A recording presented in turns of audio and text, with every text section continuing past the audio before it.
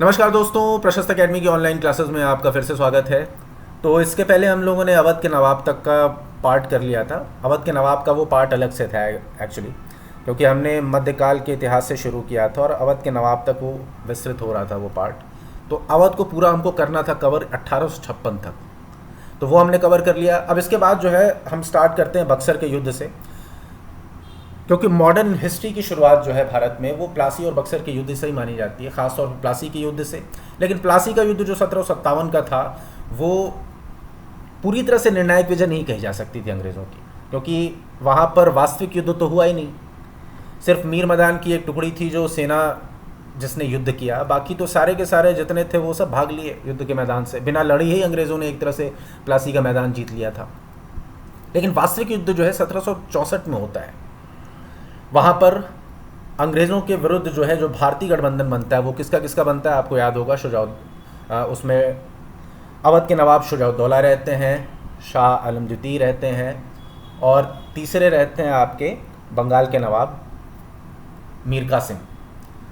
लेकिन इन तीनों की जो सेना थी इनको अंग्रेज़ों की सेना हरा देती है और इस तरह से बंगाल के माध्यम से पूरे भारत में अंग्रेज़ों का जो वास्तविक नियंत्रण है उसकी शुरुआत होती है। एक तरह से अंग्रेज़ों की प्रभुसत्ता की स्थापना होती है बक्सर के युद्ध के माध्यम से। तो बक्सर के युद्ध के बाद जो दो संधियाँ हुई वो किस तरह से महत्वपूर्ण रहती हैं उत्तर प्रदेश के संदर्भ से, ये देखेंगे हम। तो बक्सर के युद्ध के बाद पहली जो संधि हुई वो हुई इलाहाबाद की प्रथम संधि। दोनों संधियाँ जो हुई थी वो इलाहाबाद की संधियों के नाम से मशहूर हैं। पहली हुई थी 12 अगस्त 1765, सॉरी यहाँ पर गलत लिखा है, 1765 होगा यहाँ पर, 12 अगस्त 1765। और दूसरी संधि हुई थी 16 अगस्त 1765 को। ये दोनों संधियों से आप परिचित होंगे भली भांति। पहली संधि में क्या हुआ था एक बार फटाफट हम लोग देख लें, हालांकि पहले भी एक बार डिस्कस कर चुके हैं। पहली संधि जो है रॉबर्ट क्लाइव और मुगल बादशाह शाह आलम द्वितीय के बीच हुई पहली संधि, ठीक है। और इसके तहत क्या हुआ कि मुगल बादशाह शाह आलम ने कंपनी को बंगाल, बिहार और उड़ीसा की दीवानी दे डाली, ठीक है। तो इसका सारा वित्तीय जितना है राजस्व वो तुम अपने पास रखो, ये कह दिया। मुगल बादशाह ने इसके बदले जो है कंपनी से प्रत्येक वर्ष 26 लाख रुपए कंपनी को देना।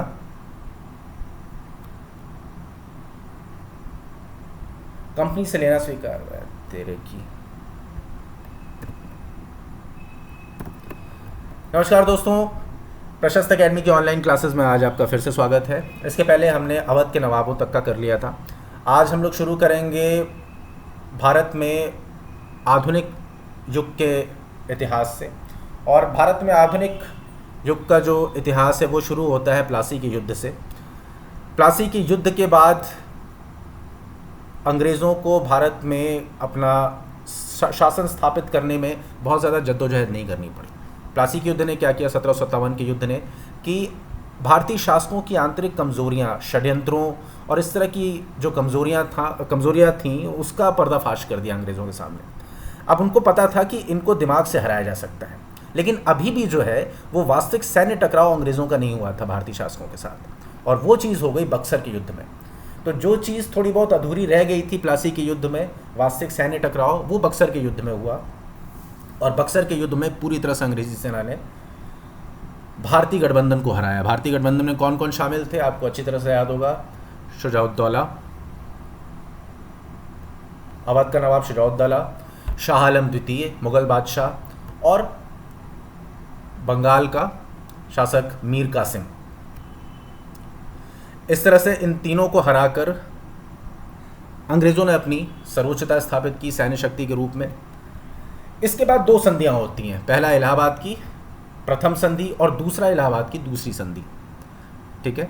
तो इलाहाबाद की प्रथम संधि हुई थी 12 अगस्त 1765, ये आप देख भी सकते हैं। इस संधि में क्या क्या हुआ था, पहले तो इस संधि किसके किसके बीच हुई थी याद कर लें। रॉबर्ट क्लाइव और मुगल बादशाह शाह आलम द्वितीय के बीच संधि होती है, ठीक है। और इस संधि में क्या होता है कि मुगल बादशाह शाह आलम द्वितीय ने बंगाल, बिहार और उड़ीसा इन तीनों की दीवानी जो है वो कंपनी को सौंप दी। यहाँ पर जितना वित्तीय अधिकार था, राजस्व का अधिकार था, वो सब कुछ जो है दीवानी अधिकारों के तहत वो कंपनी को सौंप दिया गया। इसके बदले कंपनी ने क्या तय किया कि हम मुग़ल बादशाह को 26 लाख रुपए की वार्षिक पेंशन एक तरह से देंगे। ठीक है, ये स्वीकार हुआ। तो यहाँ पर पहला आप लिखेंगे कि किसके किसके बीच हुई, तो शाह आलम और रॉबर्ट क्लाइव के बीच, कंपनी के बीच। और इसमें शाह आलम द्वितीय ने बंगाल, बिहार और उड़ीसा की दीवानी वो जो है कंपनी को सौंप दी और बदले में 26 लाख रुपए की वार्षिक पेंशन लेना स्वीकार किया। इसके अलावा कंपनी ने क्या किया कि जो अवध का नवाब शुजाउद्दौला था उसके कब्जे से कड़ा और इलाहाबाद छीनकर मुग़ल बादशाह शाह आलम द्वितीय को दे दिया। तो इसमें चौथी चीज़ क्या हुई कि कड़ा और इलाहाबाद का इलाका जो अवध में आता था उसको मुग़ल बादशाह को दे दिया गया कंपनी द्वारा। तो ये 4 चीज़ें होती हैं, बस ये याद रखना। उसके बाद कंपनी की द्वितीय संधि में आते हैं। दूसरी संधि कब हुई? 16 अगस्त 1765 को। ये संधि भी किसके बीच हुई? रॉबर्ट क्लाइव और भारतीय गठबंधन का जो दूसरा हिस्सा था अवध का नवाब शुजाउद्दौला, इन दोनों के बीच संधि संपन्न हुई। इस संधि में क्या क्या तय हुआ कि अवध जो है वो कंपनी द्वारा एक सेना जो है कंपनी की वो अपने राज्य में रखेगी और इसके बदले में अवध उस कंपनी के लिए, उस सेना के लिए कंपनी को, ईस्ट इंडिया कंपनी को पैसा देगा हर साल। इसके अलावा क्या हुआ कि नवाब ने कंपनी को हर्जाने के रूप में 50 लाख रुपए दिया और कंपनी को अवध में कर मुक्त व्यापार करने की भी छूट प्रदान की। पहला क्या था कि कंपनी द्वारा अवध की सुरक्षा हेतु नवाब के खर्चे पर ही एक अंग्रेजी सेना अवध में रखी गई, इस पे एक सहमति बनी। और दूसरा क्या था, कंपनी को हर्जाने के रूप में 50 लाख रुपए नवाब ने दिया और इसके साथ ही कंपनी को अवध में कर मुक्त व्यापार करने की भी छूट प्रदान की गई। ये चीज़ें हुई।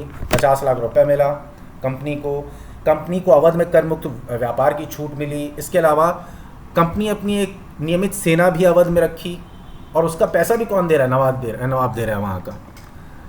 तो मतलब कंपनी के लिए पूरी तरह से विन विन सिचुएशन थी, चाहे पहली संधि हो चाहे दूसरी संधि। इसके अलावा इलाहाबाद और कड़ा को छोड़कर क्या हुआ? इलाहाबाद और कड़ा को छोड़कर क्यों? क्योंकि ये दोनों क्षेत्र जो है वो शाह आलम द्वितीय को दे दिए गए थे।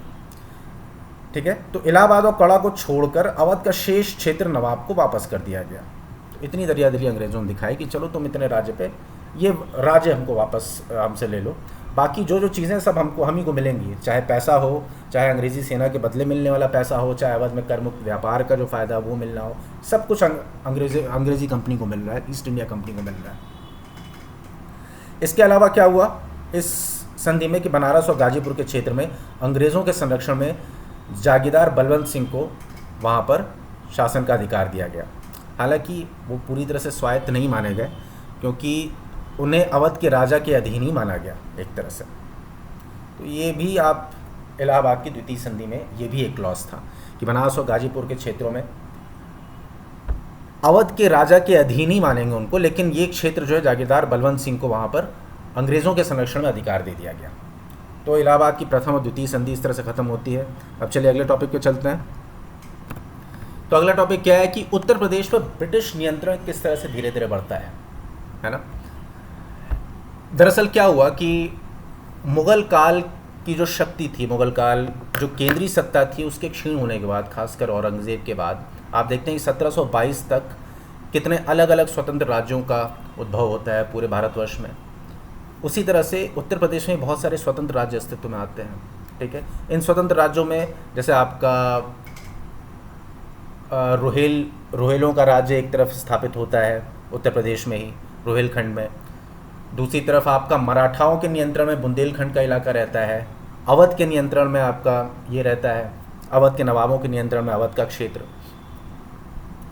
तो इस तरह क्या होता है कि अब इस जो शक्ति शून्यता को भरने के लिए अलग अलग जो राज्य अस्तित्व में आते हैं, अब मुग़लों का जो केंद्रीय नियंत्रण वो कम हो गया है। उसके बाद जब अंग्रेज़ आते हैं तो धीरे धीरे इन छोटे छोटे राज्यों को निगलना शुरू करते हैं। किस तरह से? उनमें सबसे इम्पॉर्टेंट अगर उत्तर प्रदेश के संदर्भ में देखें तो सबसे पहले क्या है कि 1773 में संधि करता है। कौन सी संधि होती है? बनारस की संधि। किसके साथ? नवाब शुजाउद्दौला के साथ। ईस्ट इंडिया कंपनी की बनारस की संधि नवाब शुजाउद्दौला के साथ होती है 1773 में। दो संधियाँ होती हैं, 1773 में और दूसरा 1775 में। तो 17 से 73 इन दोनों संधियों को सम्मिलित रूप से बनारस की संधि कहा जाता है, लेकिन जो 1775 वाली संधि है उसको फैज़ाबाद की भी संधि कहा जाता है। तो इस तरह से दो संधियाँ होती हैं और किस तरह से इन संधियों के माध्यम से अंग्रेज़ जो है धीरे धीरे अवध क्षेत्र के सारे राज्यों को धीरे धीरे अपने साथ ले लेते हैं। ये संधियाँ और आगे भी बहुत सारे क्लॉजेस के माध्यम से, तो ये इस टॉपिक के अंदर हमने डील किया है। क्या क्या है, 1773 में संधि के जरिए कड़ा और इलाहाबाद का क्षेत्र अवध को वापस मिल जाता है। कहाँ से? सम्राट, मुग़ल सम्राट से लेकर वापस इनको अवध को दे दिया जाता है। तो ये होता है एक इम्पॉर्टेंट डेवलपमेंट। लेकिन फिर इसके बदले वो पैसा लेते हैं, कंपनी को 50 लाख रुपए की राशि मिलती है इसके बदले। मतलब चित भी मेरी, पट भी मेरी और अंटी मेरे, जो आप समझ रहे हैं भाई, हर तरफ से कंपनी को फ़ायदा हो रहा है। आप सोचिए ये कितने तेज़ लोग हैं। उसके बाद क्या होता है कि शुजाउद्दौला की मृत्यु के बाद 1775 में आसफउद्दौला जब अवध का नवाब बनता है, तो अब कंपनी उसके ऊपर दबाव डालना शुरू करती कि तुम भी हमारे साथ संधि करो, तुम्हारे पिताजी किए थे अब तुमको भी संधि करनी पड़ेगी। तो इस तरह से एक नई संधि होती है 1775 में, फैज़ाबाद की संधि, जिसको हम बनारस की दूसरी संधि के नाम से जानते हैं, वो होता है। इसमें क्या होता है, बनारस और गाज़ीपुर का जो दोनों का दोनों क्षेत्र है वो वापस अंग्रेज़ों को मिल जाता है। ठीक है, तो इस तरह से कड़ा और इलाहाबाद का क्षेत्र वापस अवध को मिल जाता है, लेकिन उसके बदले 50 लाख की राशि मिलती है।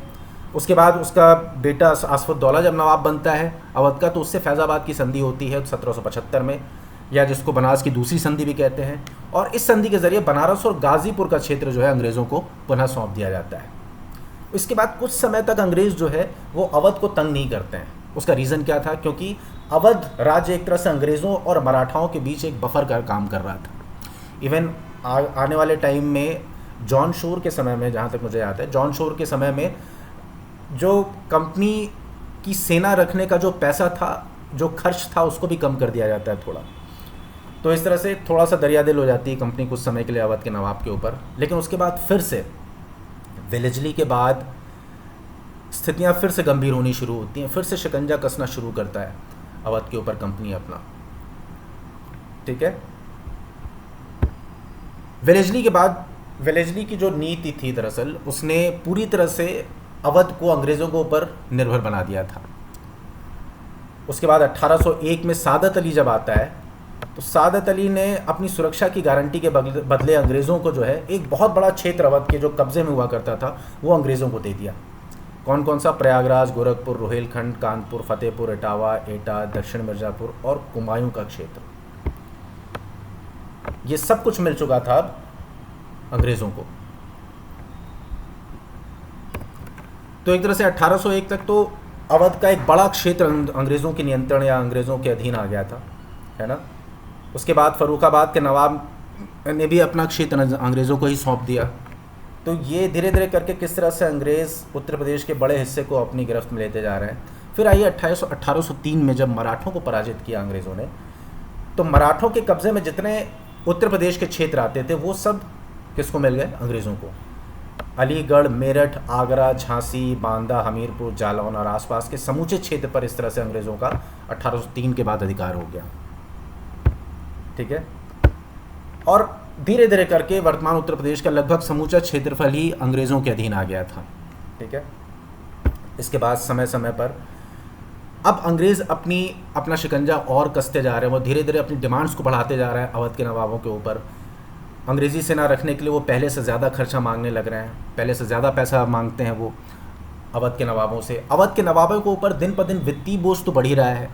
इसके साथ ही जो अंग्रेज़ी सेना रखी जाती थी, वहाँ का जो रेजिडेंट होता था अंग्रेज़ों का, जो अवध में अंग्रेज़ों ईस्ट इंडिया कंपनी की तरफ से प्रतिनिधित्व करता था, जो वहाँ का रेजिडेंट, उसने वहाँ के प्रशासनिक कार्यों में भी हद से ज़्यादा हस्तक्षेप करना शुरू कर दिया। एक तरफ तो वित्तीय बोझ बढ़ा रही है कंपनी अवध के नवाब के ऊपर, दूसरा अवध में जो रेजिडेंट तैनात है अंग्रेज़, वो भी आए दिन जो है प्रशासनिक मामलों में हस्तक्षेप कर रहा है। इस तरह से क्या हुआ कि अवध में धीरे धीरे वहाँ की स्थिति, प्रशासनिक व्यवस्था, कानून व्यवस्था, सब कुछ खराब होती चली गई। तो इस तरह से कुशासन की स्थिति वहाँ पर हो गई थी, व्यवस्था बहुत ख़राब हो गई। और उसी कुशासन का हवाला देते हुए अंततः लॉर्ड डलहौजी ने नवाब वाजिद अली शाह के समय में 1856 में अंग्रेज़ों के साम्राज्य में अवध को भी फाइनली मिला लिया। तो इस तरह से अवध का जो विलय होता है वो अंग्रेजी साम्राज्य में 1856 में हो जाता है। उसके बाद क्या होता है कि उत्तर प्रदेश का संपूर्ण क्षेत्र कई वर्षों तक बंगाल प्रेसिडेंसी के अधीन रहता है, जहाँ पर गवर्नर जनरल का शासन था। लेकिन सन 1833 में ये होता है, 1856 के पहले ही 1833 में क्षेत्र को आगरा प्रेसिडेंसी के रूप में अलग पहचान मिली और यहाँ एक अलग गवर्नर की नियुक्ति हुई। ये अवध की बात नहीं हो रही बल्कि आगरा प्रेसिडेंसी की बात हो रही है।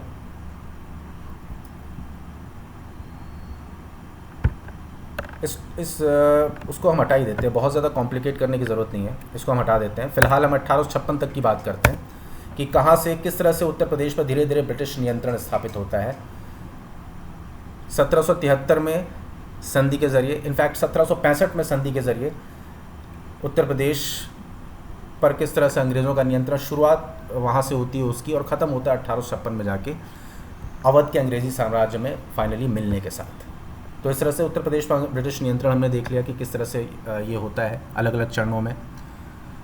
अगर इस पर प्रश्न पूछता है, क्योंकि ये बड़ा इम्पॉर्टेंट टॉपिक है, तो इस पर आप लिख सकते हो 1765 से शुरू करते हुए, इलाहाबाद की प्रथम और द्वितीय संधि से शुरू करते हुए फैजाबाद की संधि पर आइए, या बनास की दोनों संधियों पर आइए, यानी 1773 और 1775 की संधि पर, उसको बताइए।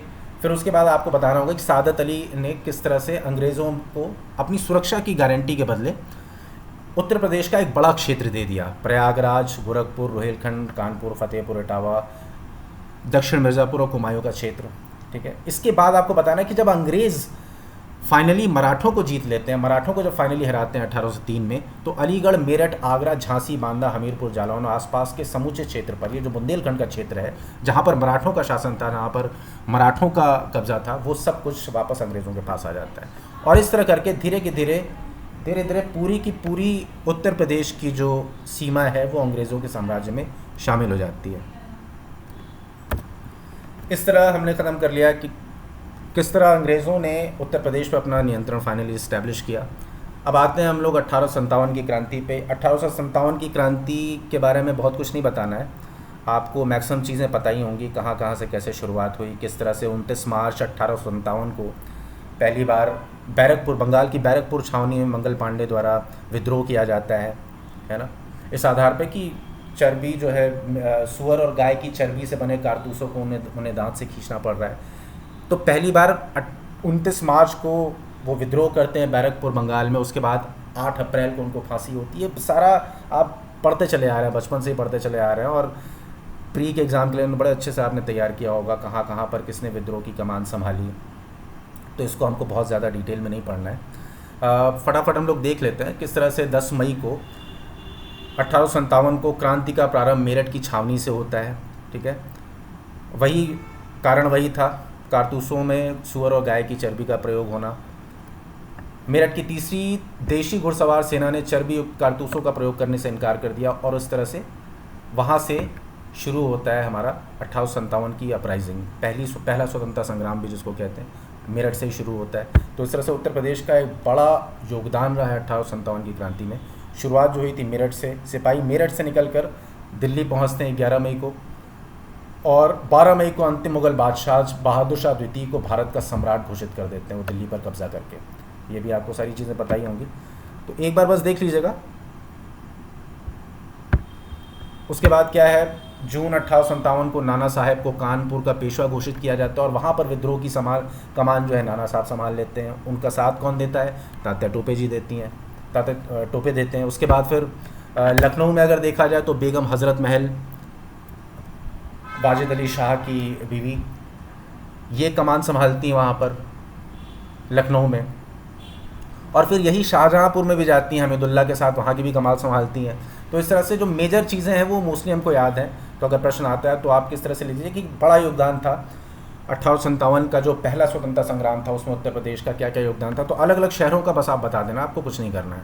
शुरू कहाँ से हुआ, मेरठ से। उसके बाद कहाँ कहाँ फैला, ये लखनऊ में फैला, कानपुर में फैला, किसने कहाँ कमान संभाली। ठीक है, लखनऊ, कानपुर, शाहजहाँपुर और इलाहाबाद, इन सभी जगहों का आपको बता देना है।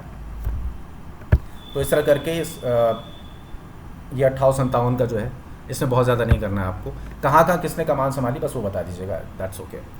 और ये तो बिना पढ़े भी आप कर लेंगे, ये ऐसा टॉपिक है जिसमें आपको बहुत ज़्यादा रिसर्च करने की ज़रूरत नहीं है। तो चलिए, इस तरह से ख़त्म होता है हमारा 1857 का जो उत्तर प्रदेश का जो योगदान था 1857 की क्रांति में, अलग अलग शहरों के बारे में, वहाँ के नेताओं के, वहाँ के जो लीडर्स थे जिन्होंने कमान संभाली थी, इन सबको बताते हुए हम इसका अंत करेंगे इस उत्तर का। अगर इससे रिलेटेड कोई प्रश्न आता है